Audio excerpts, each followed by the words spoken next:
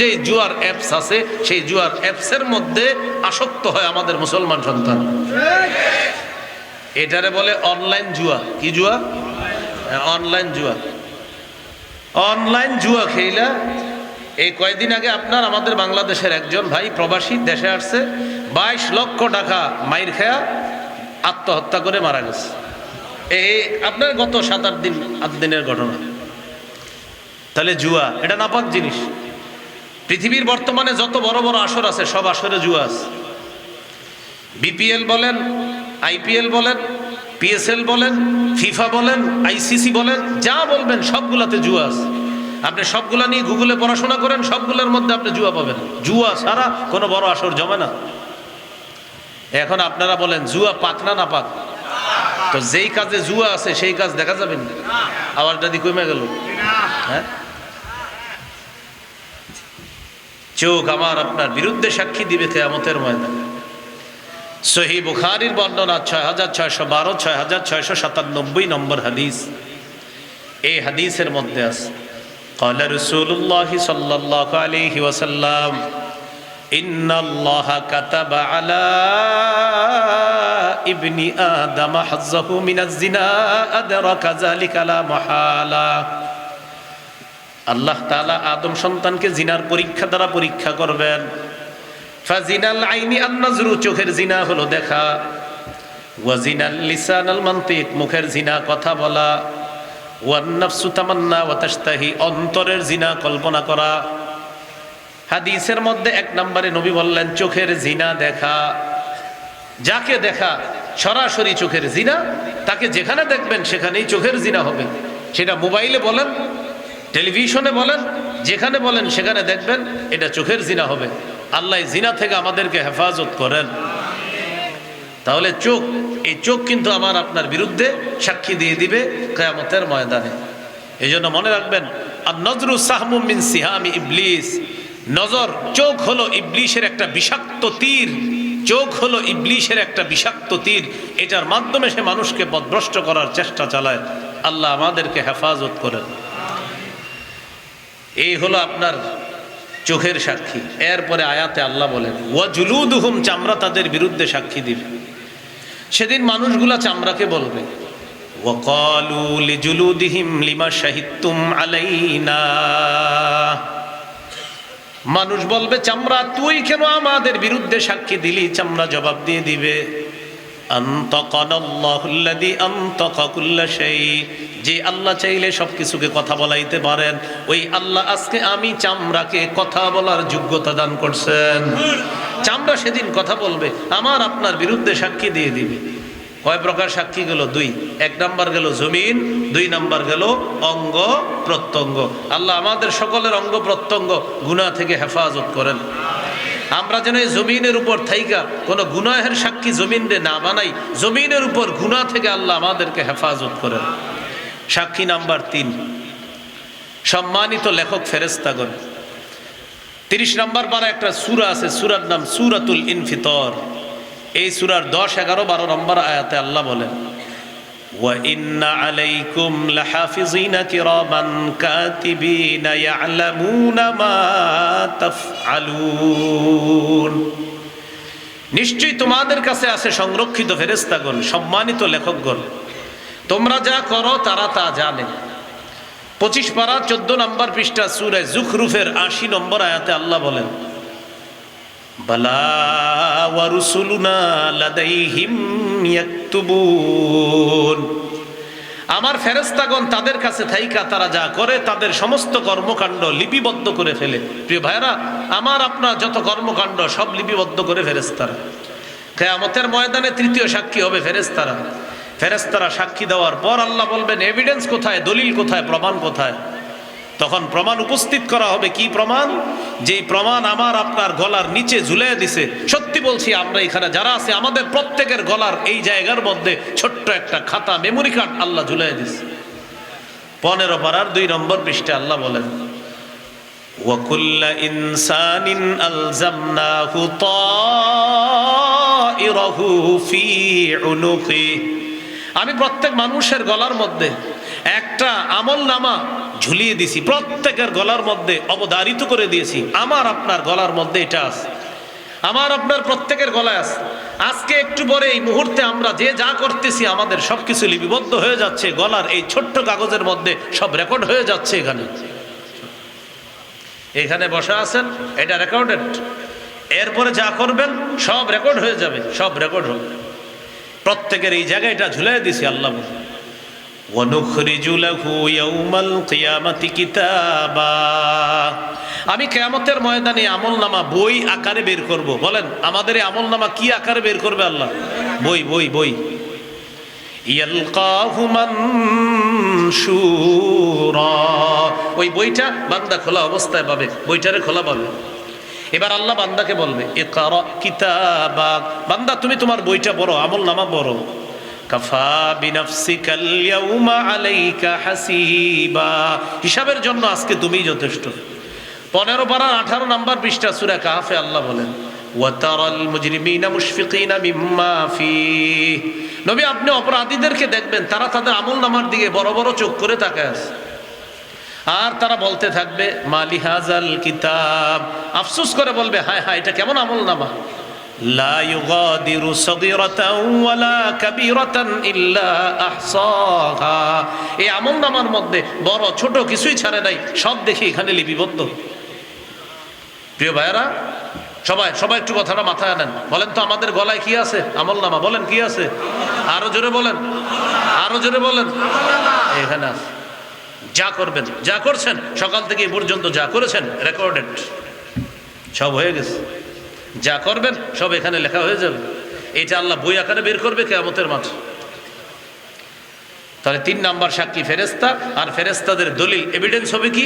এই আমলনামা। এটা বই আকারে সেদিন আল্লাহ বের করে বলবে ঘটনা কি, তুমি কি কি করছো দেখো, আমি কিন্তু তোমার উপরে জুলুম করি নাই বান্দা, তুমি অপরাধ করছো তাই তোমার ঠিকানা জাহান্নাম। এই হলো 3 নাম্বার সাক্ষী। 4 নাম্বার প্রধান সাক্ষী, যেই সাক্ষীর অন্য কোনো সাক্ষী দরকার ছিল না, তিনি হলেন আল্লাহ। আল্লাহ তাআলা বলেন ওয়াকাফা বিল্লাহি শাহীদা, সাক্ষী হিসাবে আল্লাহই যথেষ্ট। মনে আছে না আমি প্রথমে জবাব দিছি আল্লাহ সাক্ষী হিসাবে যথেষ্ট, তাহলে আল্লাহ বাকি 3 সাক্ষী কেন নিলেন? আল্লাহ প্রমাণ করাবেন আমি যে তোমাদের উপর কোনো জুলুম করি নাই, এটা প্রমাণ করানোর জন্য বাকি 3 সাক্ষী আল্লাহ নেবেন। আল্লাহ যেন কিয়ামতের ময়দানে আমাদেরকে প্রথম চান্সে মাফ করে দিয়ে প্রথম দলের সাথে জান্নাতি বানায়া দেন। এই 4 সাক্ষীর পর ফাআম্মা মান উতিয়া কিতাবাহু বিয়ামিনি, আমলনামা ওজন করা হবে, আমলের পাল্লা যার ভারী হবে এরপর কি হবে? আমলনামা ডান হাতে দেওয়া হবে কারো, কারোটা দেওয়া হবে বাম হাতে। ডান হাতে যার আমলনামা দেওয়া হবে ফায়াকুলু হাউম করাউ কিতাবিয়া, এই ব্যক্তি অন্যদের কাছে গিয়ে বলবে আমার আমলনামাটা পড়ে একটু দেখো আমি পাস করছি। আমার আমলনামাটা একটু বলো, ইকরাউ কিতাবিয়া ইন্নী যানানতু আন্নী মুলাকিন হিসাবিয়া, আমি জানতাম আজকে আমি হিসাবের মুখোমুখি হব, এটা আমি জানতাম। আমি যে আজকে হিসাবের মুখোমুখি হব এটা আমি জানতাম। বলেন কিয়ামতের ময়দানে হিসাবের মুখোমুখি হব, এটা আপনারা আজকে জানছেননি? আরো আগে কথা জানছেন কিনা? এই জন্য ওমর ফারুক রাদিয়াল্লাহু তাআলা আনহু বলেন হাসিবু ক্বাবলা আন তুহাসাবু, আসল হিসাবের মুখোমুখি হওয়ার আগে নিজের হিসাবটা নিজে প্রতিদিন করবা।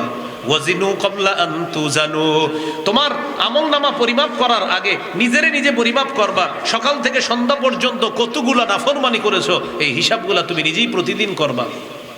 ইমাম শাফি রহমতুল্লাহ আলাইহি বলেন আকালুন নাস, সর্বাধিক বুদ্ধিমান জ্ঞানী ওই ব্যক্তি মান হাসাবা ক্বাবলা আন তুহাসাবা, আসল হিসাবে মুখোমুখি হওয়ার আগে যে ব্যক্তি নিজের হিসাব দুনিয়াতে করলো সে সর্বাধিক বুদ্ধিমান ব্যক্তি। আরো বলছে কি জানেন?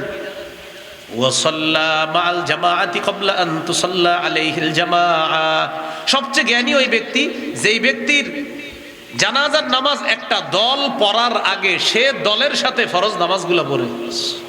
আবার বুঝেন, ওই ব্যক্তি সবচেয়ে জ্ঞানী যেই ব্যক্তির জানাজার নামাজ অনেক বড় একটা দল আইসা পড়ছে। ইমাম শাফি বলেন এক দল তার জানাজার নামাজ পড়ার আগে সে দলের সাথে দুনিয়াতে নামাজ পড়তো, এ হলো সবচেয়ে জ্ঞানী মানুষ। তো কিয়ামতের ময়দানে হিসাব হওয়ার পর যার আমলনামা ডান হাতে দেওয়া হবে, ওই ব্যক্তি বলবে আমার আমলনামা পড়ে দেখো, আমি জানতাম আমি হিসাবের মুখোমুখি হব। এই জন্য প্রিয় ভাইয়েরা, আমার সাথে একটা আরবি বলেন, সবাই বলেন মুহাসাবা। এবার আরেকটু বাড়ায় বলবেন, বলেন মুহাসাবাতুন নাফস। বলেন বাংলা, আত্মসমালোচনা। এবার বলেন তো মুহাসাবাতুন নাফস অর্থাৎ আত্মসমালোচনা। এটা প্রতিদিন নিজে নিজে করবেন যে আমি আজকে কি করলাম, হায় হায় আমি কি করলাম, গত মুহররম থেকে এই মুহররম পর্যন্ত আমি কি করলাম। 1447 হিজরির মুহররম আমি পেলাম, এবার 1448 হিজরির মুহররম আমি পেয়ে গেলাম। 1447 হিজরির মুহররম থেকে 1448 হিজরির মুহররম, এক বছর আমি কিভাবে কাটাইলাম, এই হিসাবগুলা নেওয়া, প্রতিদিনের হিসাব প্রতিদিন নেওয়া, এটাকে বলে আত্মসমালোচনা। এই ব্যাপারে কোরআনেও ইঙ্গিত আছে। সূরা হাশরের 18 নম্বর আয়াত, 28 পারা 7 নম্বর পৃষ্ঠা, সূরা হাশরের 18 নম্বর আয়াত। এই আয়াতে আল্লাহ বলেন, ইয়া আইয়ুহাল্লাযীনা আমানুত্তাকুল্লাহ, হে ঈমানদারগণ তোমরা আল্লাহকে ভয় করো।